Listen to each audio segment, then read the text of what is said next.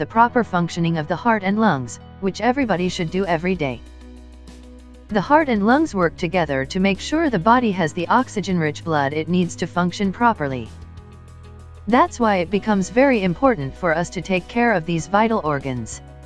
If you are a beginner, the most basic exercise will be walking.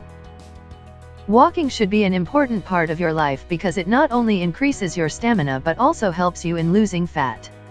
If you are already good at walking or jogging, then you must elevate your potential by running on the stairs.